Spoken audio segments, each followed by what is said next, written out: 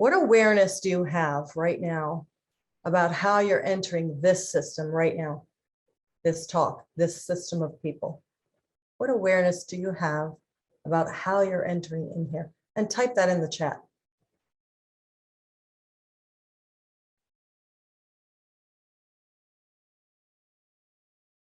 Everybody, can everybody type something in the chat? Is chat enabled? Awesome.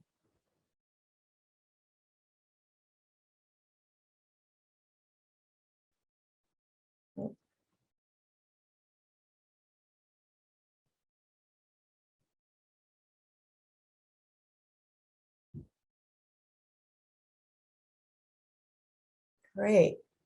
Curious, a lot of curiosity.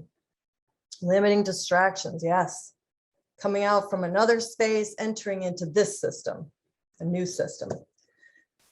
The reason I had you do that is because when we're doing systems coaching, when we're working with systems, we first want to pay attention to our own self and how we are entering any system. Are we coming in kind of on an autopilot way, or are we entering into that system from a more conscious standpoint, aware of my own self and how my way of being and how I'm showing up? All right, so we're going to talk about systems coaching using an integral approach. So some of you, I'm guessing most of us are Agile coaches here. Some of you may have heard of ORSC, Organizational Relationship Systems Coaching. Hands for any of those, anybody that's worked with that? Yeah. So that's one type of systems coaching. And we're going to talk about integral coaching. And in integral coaching, you can actually use any kind of other framework you like. So you could use ORSC within an integral approach. You could use Clean for Teams. You can use lots of ways to work with a system. But today we're going to really focus on the integral approach. All right, so let me get this mouse working here. All right, so as I mentioned, the first system is the system of self. So just a quick bit about me. My name is Michele Madore, and I live in Richmond, Virginia. I'm the co-author of the book Agile Transformation with Michael Spade. I am co-founder and principal owner of Transformation. I've spent over 30 years in organizations, and until 2005, I was doing that in many different ways as an organizational leader in the telecom space. I tell you this just to bring about the point of all the systems we're a part of, and you can think of the many systems and the many ways in which you work in the world. But I've been a part of startups and acquisitions and mergers. I've done product design and manufacturing and of my own children's product. I've been a consultant, a coach, of course, and mostly what I focused on is development of self, development of leaders, development of teams, development of organizations. So this is evolutionary work, and it's systems work. All right, so just looking in the chat. Okay. All right. So systems coaching and thinking about leading change. So when we're Agile coaches working at the enterprise level, this is really where we need to use a more systemic way of coaching the system. And that's why the focus here on this. So when we're doing systems coaching, we are working with all the systems, the subsystems, the nested systems, and we need to use an approach that's holistic. Quick pulse here. How many of you are familiar with Integral? This is an Integral conference. Okay, oh, lots of cameras on. So how about popping in the chat if you're not familiar with Integral, just to get a sense of where I need to go with this. New to me. Anybody else? This is new for you. Okay. Okay, good to know. Mostly new. Okay, there's a number of people, so this gives me a sense of what I have to explain today. All right, so what we've experienced in the Agile world, mostly I know from my own experience, I'm sure what you've also experienced, and most of the coaches I work with every day, have, they bring this to the table, which is, the doing of Agile versus the being of Agile, to say it simply, right? And so we're so used to doing, teaching Agile practices, training, and all of those things. And we did that for a long time. And then we said, oh, but that doesn't scale. So then we started to implement scaling frameworks like SAFe or LESS or DAD. So we did a lot of focus on, tangible installation of frameworks and different practices. But what we have found out, and what like Business Agility Institute does a survey now, if anyone hasn't seen that.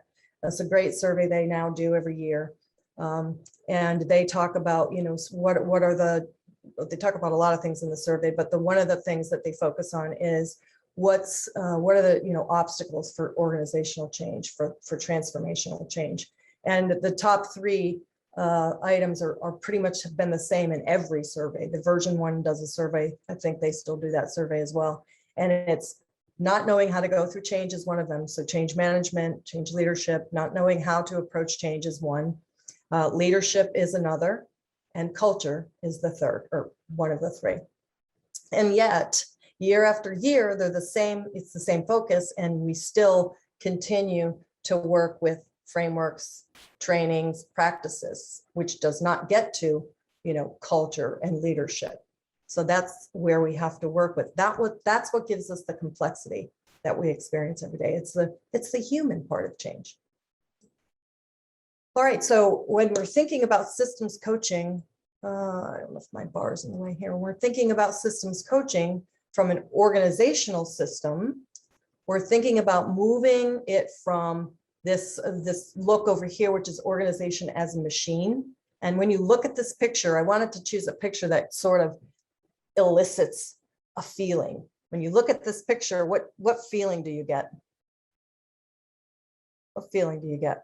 Just looking at this organization as a machine. Command and control. Yeah, command and control. What else? Yuck. Somebody said yuck. Rigid, bored. Yeah.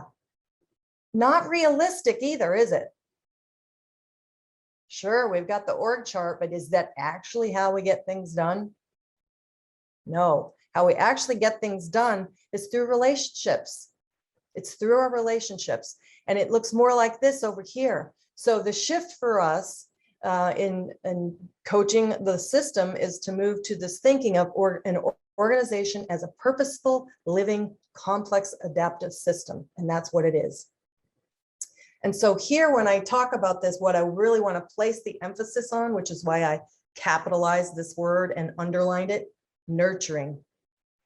So you can think of yourself as a nurturing coach almost. Like, what do you need to nurture in your organization so that it can unlock its wisdom, its potential, so that it can learn, so that it can grow? And you get an image of a garden here, maybe. Like when you think of a garden, you're not forcing the garden, right? It's not what someone said, command and control, but you're nurturing it. So what does the system need? What conditions are begging you to pay attention to it? So what does it need to thrive, to flourish? That's another, kind of garden metaphor. And what does it need to deliver value to the customers? Of course, we're still customer focused, and Agile's very customer focused, but it's also staying mindful to the well-being of people.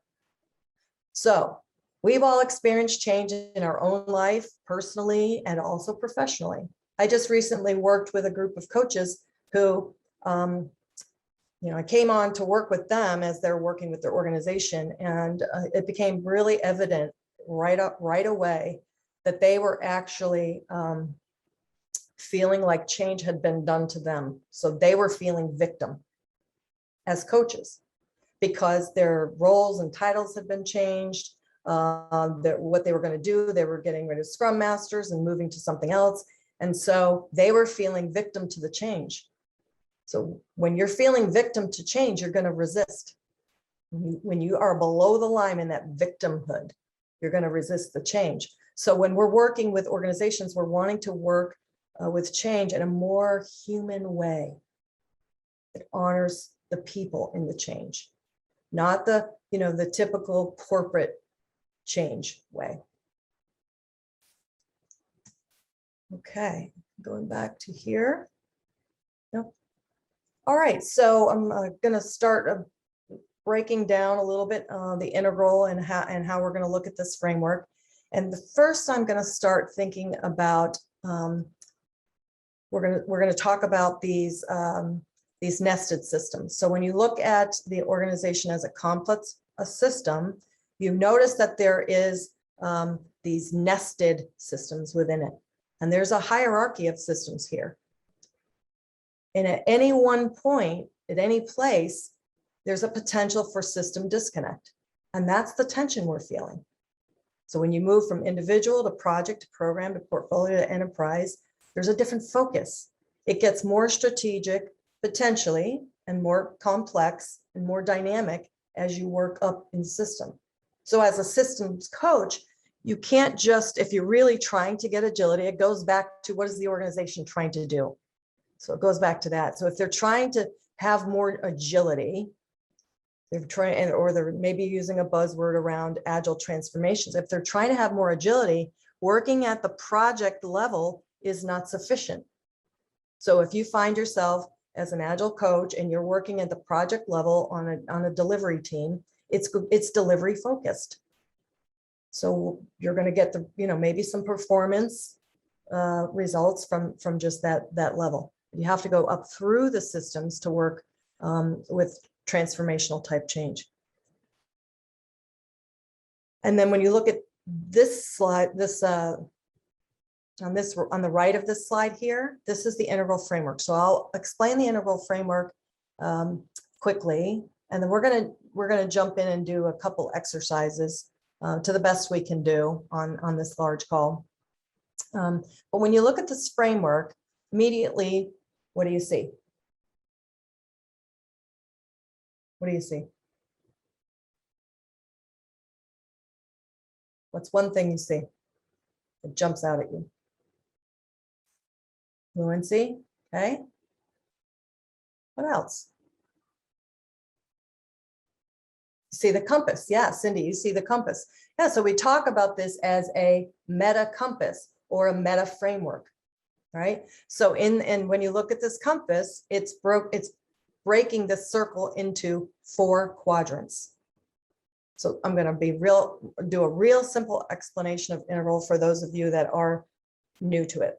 So there's 4 quadrants. I'm going to focus on the quadrants first. The upper right quadrant is about practices and behaviors. So this was what I was just talking about on the prior slide.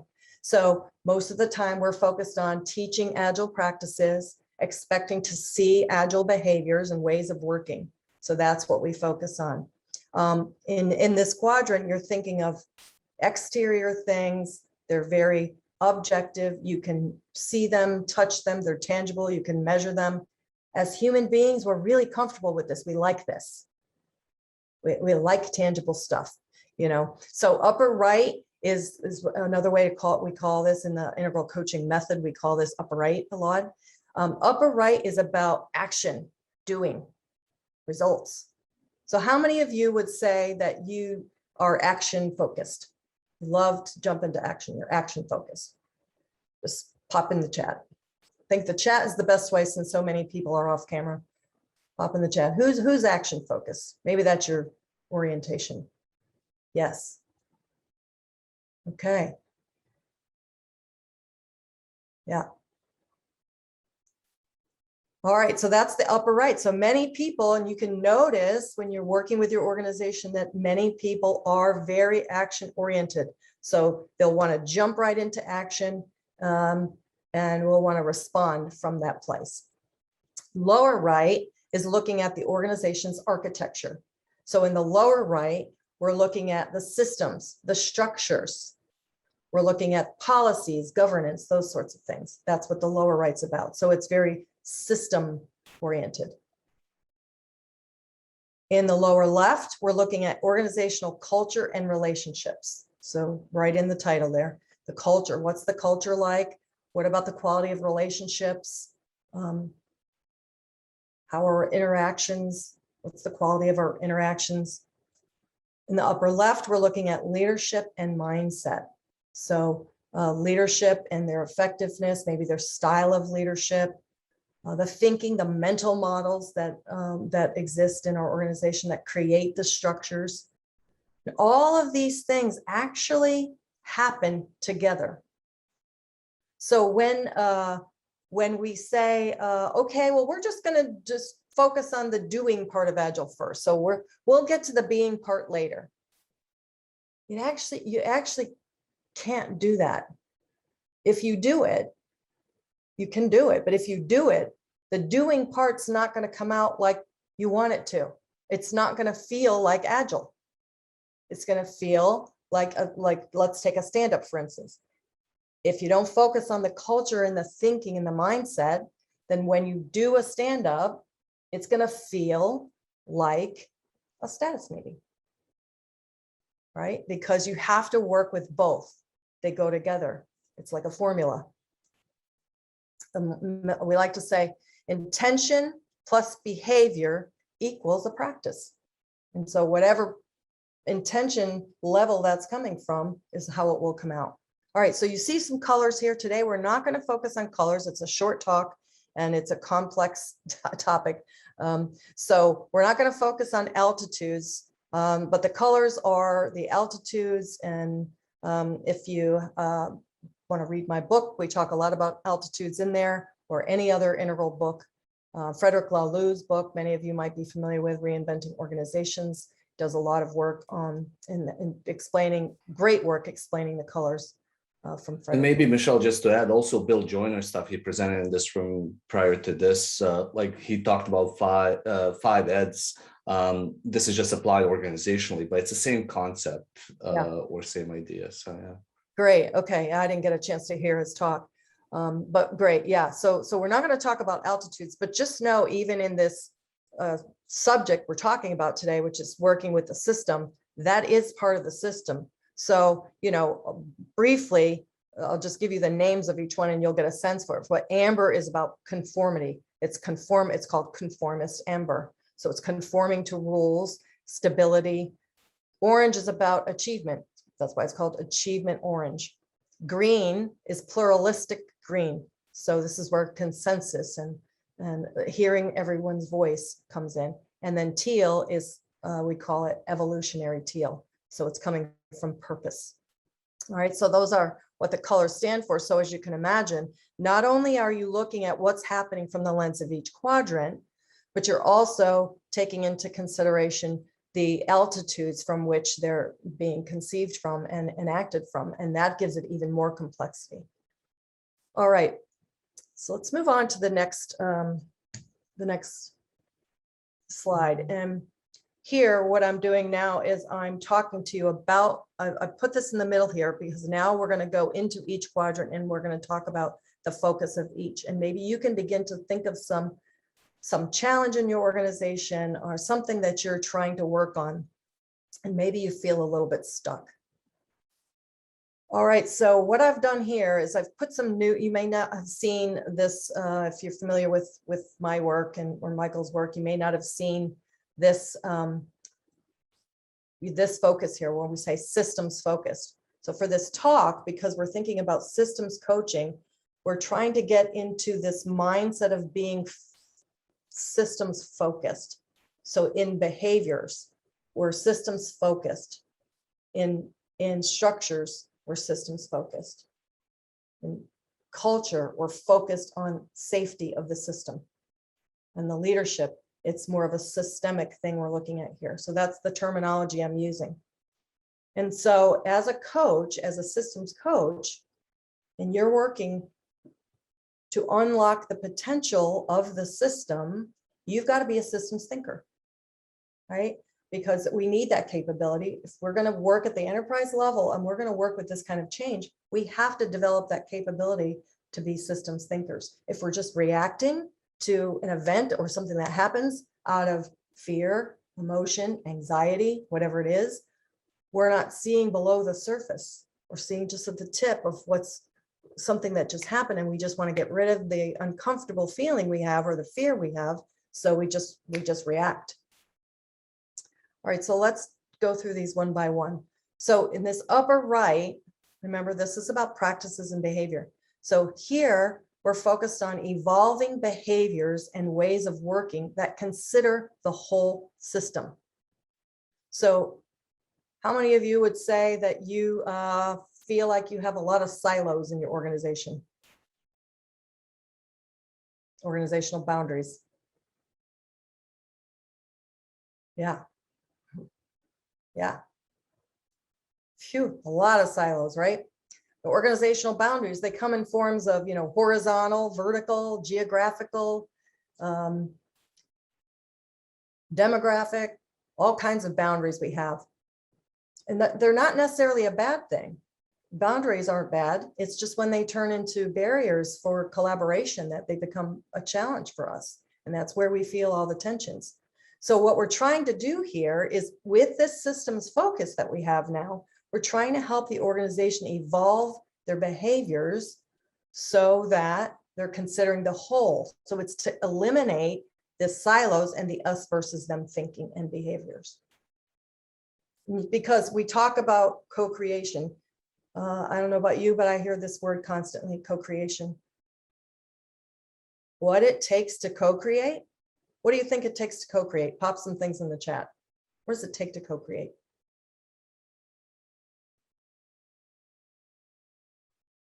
You have to be able to do to co-create. It takes trust, it takes openness. Yes, it takes relationships, clear intentions. Yeah, collaboration, connection.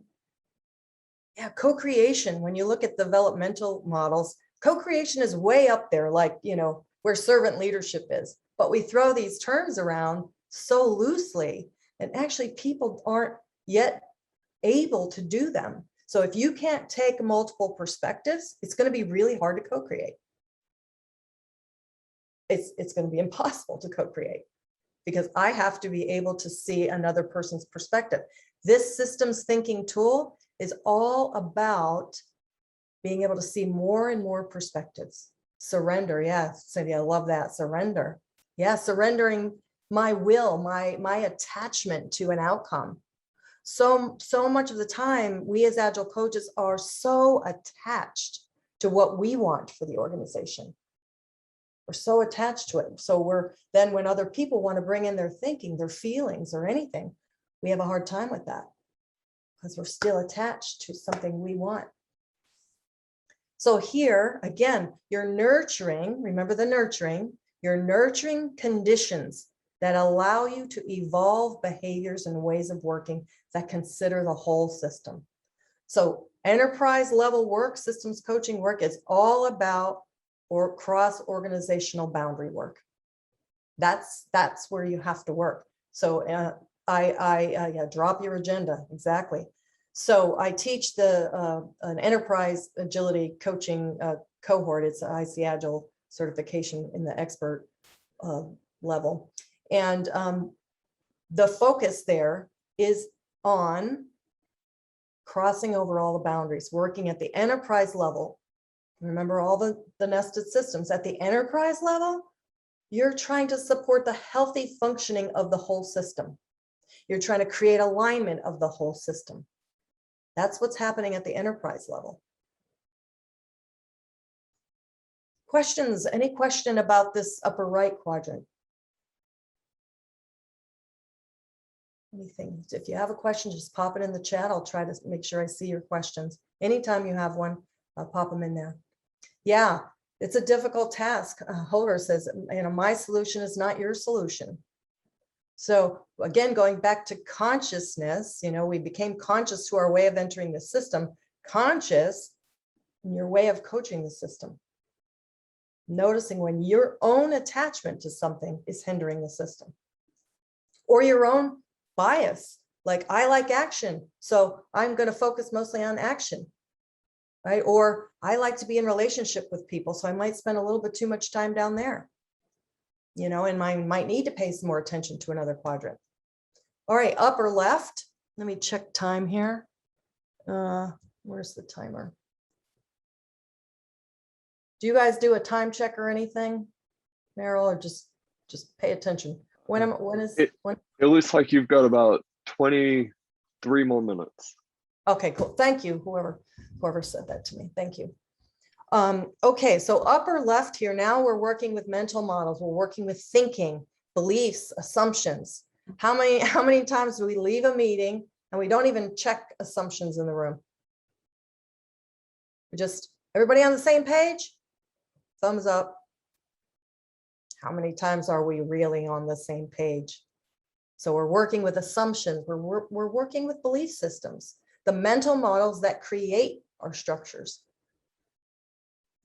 All right, in the lower left, where systems focused safety is, we're working on co-creating spaces where people feel comfortable to speak their truth, where they're willing to embrace vulnerability, to admit their mistakes, to ask questions. And we're growing creative relationships by focusing on the quality of our interactions. When you change the quality of your interactions, you change your systems patterns. So that's what relationships or coaching is all about. It's working with relationship systems intelligence, because that's where the leverage is.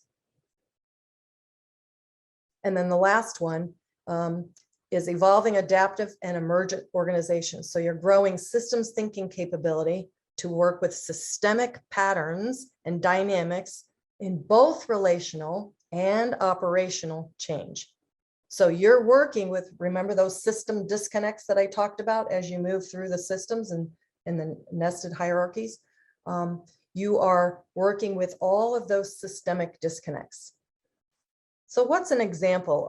Let me give you an example of maybe something simple that we feel we could take something. Matter of fact, this morning in my coaching cohort, we were on the topic of OKRs. We're thinking about measuring business outcomes. We're on the topic of OKRs. How many people here have used OKRs or tried to help the system or organization use OKRs? Probably a lot of people. Yeah. So anybody give an example of something that happened, maybe an unintended consequence, when you tried to implement an OKR? And we got a story. Too many. Too many OKRs. Yeah. Too many O's, too many KRs, just too many. Yeah. And why do you think that happened? Whoever's talking. This is Meryl. Prioritizing is hard. Prioritizing is hard. Yeah. And so when you think about prioritizing is hard, I can think about prioritizing is hard, and I can think about our culture around prioritization. What's our culture typically been? Maybe it's, oh, everything's important. We have a lot of work in progress and everything's important. So because of that, we're going to have all these OKRs. And then you could just look at one thing like prioritization. You can look at OKRs from the lens of all these quadrants. We were talking about OKRs today, and similar things like people had, there's people I've heard had hundreds of them. And nothing is connected, right? So if you're going to do OKRs, you get value from OKRs when you look at it from all the systems and the subsystems. So I know there's this terminology cascading that's out there. It's really what you really want to think about is localization. So if you have an OKR that's at the enterprise level, you empower the systems below and the teams below to then take their OKR and implement it on their own team, and so that it aligns to that higher OKR, right? So automatically, just doing something like OKRs, as you're going about doing it, behaviors get funky because there's maybe a culture of fear, trust. What they're measuring it's not a good measurement. So behaviors are, they're going to do what the measurement wants them to do. So you can see something as simple as an OKR isn't just a thing you do and an upper right thing you do. It actually, you have to work with culture. You have to work with the relationships that exist from all the different levels and different systems that are creating these OKRs, you have to work with the lower right, the structures, and how you're putting those OKRs in place and whether there's disconnects between them. And you have to work with people's thinking about them. So everything is arising together. So the way to use this as a systems thinking tool is to look at any given thing and say, what's arising? What's present in our organization? And you get, obviously it's specific to your organization. It isn't just culture. It's what about the culture? What about the behaviors? What kind of behaviors are you saying? Okay, how's our culture impacting it? So to shift culture, you also have to shift some systems, maybe the way you're rewarding people or compensating people, individual versus team. We all experience this. So to shift one requires us to shift another. Questions about this?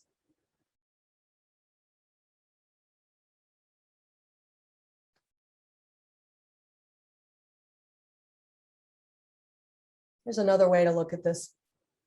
You think about a systems thinking tool, and we talk about the interval framework as a systems thinking tool. It's, we talk about it as a compass, a meta framework, things that you can look at from all different angles.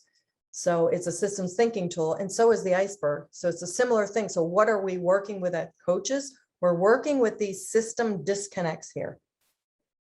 And those are usually in the unconscious below the line. It's the invisible. It's the things that we might have blind spots around. It's the feelings and the emotions. It's our thoughts. It's the stuff that's below the iceberg. And that's where the leverage is. The leverage is working here. We notice what I've got down here, unlocking the group's wisdom and potential. It's way down here. Way down here. And when we're just working with a stated agenda and not, oh, by the way, there's some hidden agendas in this room. You enter a meeting.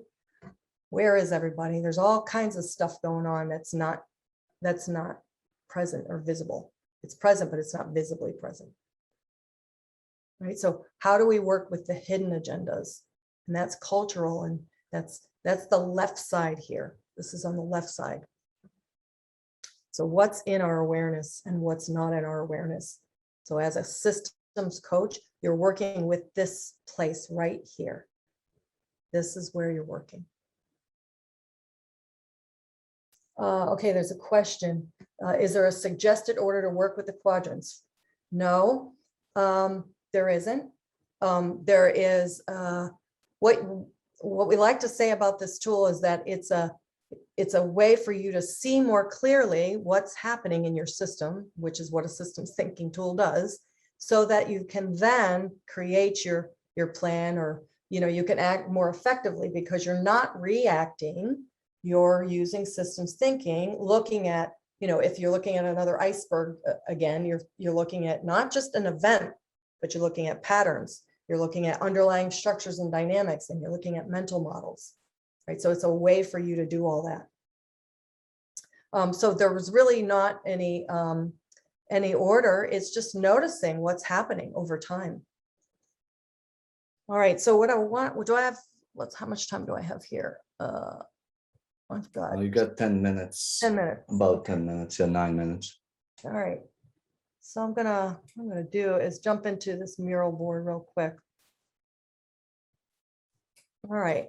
I'm going to give you a concrete example here. Can you see this? Yep. I can see it. Perfect. All right. So when we look at this, I just stuck something in here. You could put anything here. Again, this is just a way to see something. You could assess anything. You could look at any challenge. You can use it proactively. But here, just to get you thinking about how to use this, you look at, let's say, something like lack of direction. Maybe that's something that's going on in your organization. We have lack of direction. So you take this as a tool. You think about lack of direction. If I go up here, I'm looking at things like behaviors, decision-making, the practices that you're doing, how you're cross boundary working, if you're working across organizational boundaries, if you're just siloed, maybe that's contributing to your lack of direction. What about skills and training? Do people need more skills, more training? Are they competent? Is that something that's causing lack of direction? Is there an articulation of a vision or purpose? That could be something causing a lack of direction. When I look at that from the upper left, I might be thinking about the effectiveness of that leader. I might be thinking of their own lack of purpose and lack of vision as a leader.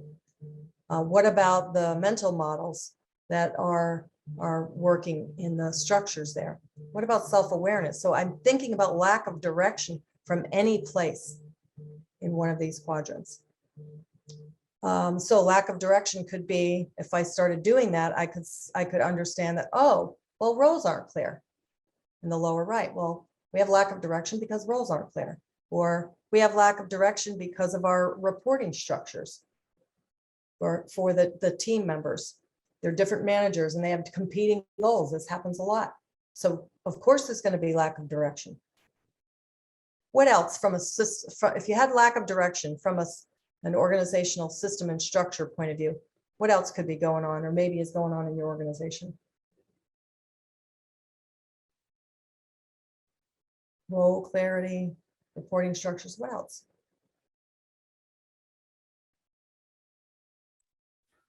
I mean, it could be also lack of understanding of the purpose or vision that may be described, right? Yeah, exactly. Because if So, yeah, up here, so lack of purpose or vision, lack of yeah, a and unified yeah. vision. Mhm. What I meant, there is on a culture side, it will be more of like understanding, inside our heads or within the culture. But a lot of times, on the right side, you would see like company, actually publish what it is rather than, having a shared understanding of it. Yeah, great, exactly. Jason put it, parallel agendas and objectives. Yes, yeah. So if I'm gonna just say, all right, we need more direction, we need leaders to be more directive. Okay, how are we gonna do that? What do we need to do? And this is the point with working with culture, you actually have to be really specific about what you need to change. So things like saying like, oh, you're empowered to make decisions. What do you need to nurture in the organization to be able to make decisions? It's not as simple when you've had a culture of fear or of failure. You can't just say, I empower you to make decisions. People are going to feel very empowered, right? So what do I have to do to change that? What do I have to nurture in the system? All right, so questions as we're looking at it this way. Michelle, I'll jump in. Hi, Merrill Lamont, Agile coach in Boston. What quadrant do you find yourself playing in more than the others? Yeah, that's a good question, Meryl. So I feel like it used to be a lot in the I quadrant, and maybe in my personal life, I need to make meaning for myself first sometimes. And so I tend to go there to see if it's something I even want to get involved in or begin to think more about it. And obviously, when you have this awareness that all these quadrants are needed, and if you find yourself too biased toward one, you want to build more capability in the other. So over time, this lower right has become very important to me, especially in the work I'm doing. So, in given work too, it becomes more important. So having this systems focus is super, super important to be able to like say, okay, I tended to want to react right there and go into action, but let me take a step back. I need to see the bigger picture here first. I need to take some time with this, right? How about you, Meryl? Where do you tend to focus? On the right two, right now, prefer to be exploring elsewhere personally. Yeah. Hey, Michelle, it's Hi. Cindy. Hi. The person who asked, is there a better one to start with than another or something to that effect, right? I was just going to say that, and it connects with what Meryl was talking about. I think that wherever you are, whatever your favorite is, whatever you're biased with, or whatever you're most comfortable with, that's the one you're going to start with. The rest of them are reminders to look in the other areas. Yeah. Right, Great. because they will be blind spots. I think one of you said that. Yeah, exactly. And that's the system of self that we started out with, noticing your own bias immediately. Okay, I know I have a bias for action, so I'm going to purposely, consciously, this is about conscious change, focus on another quadrant. And this is just a structure that helps you to do that because it's inherently, in it. Other questions? Great. We only have a couple of minutes here, so what I guess what I would say before you finish, Michelle, we're gonna have a 20-minute break after this, so just come back to the main room when you're done here, and I'll say a couple of words as far as just where we are, and then we'll take a break and come back to the third session. Michael Sahora, just please go back to the main, and I'll make you co-host, but you don't need to be a co-host to present. So, Michelle, okay, couple of minutes, and then please come back to the main room. Okay. What other questions are here, since we have a couple minutes left?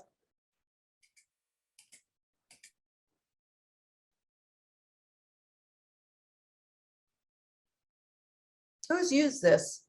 I know they've got a couple people that I know here. Cindy's used this. Trey, I know you've used this. Yeah, all the time. I see you've added some additional words since last time I've seen this. Yeah. Different focus on systems. Cindy, how have you Yeah. used it? How would you share how you've used it?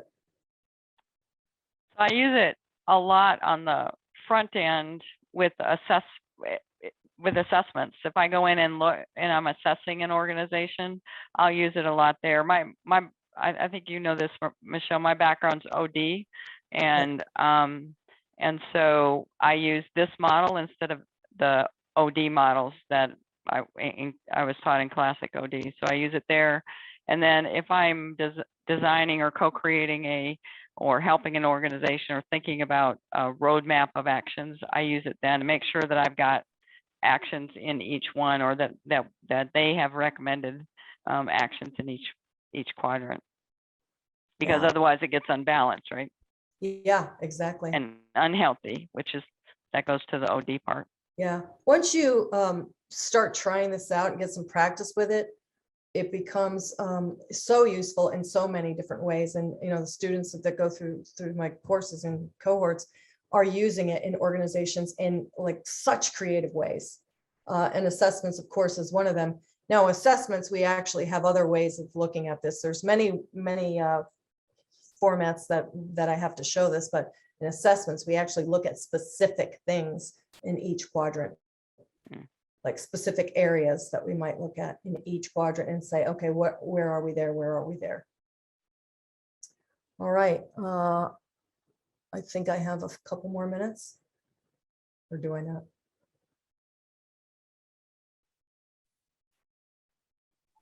I think we just hit time. Did we? Okay. Thank you.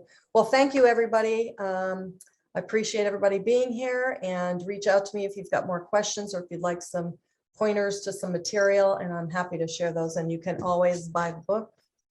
Little plug for the book. You can always buy the book and get a lot more information there. Good to see many of you that I know, and I appreciate you supporting me here.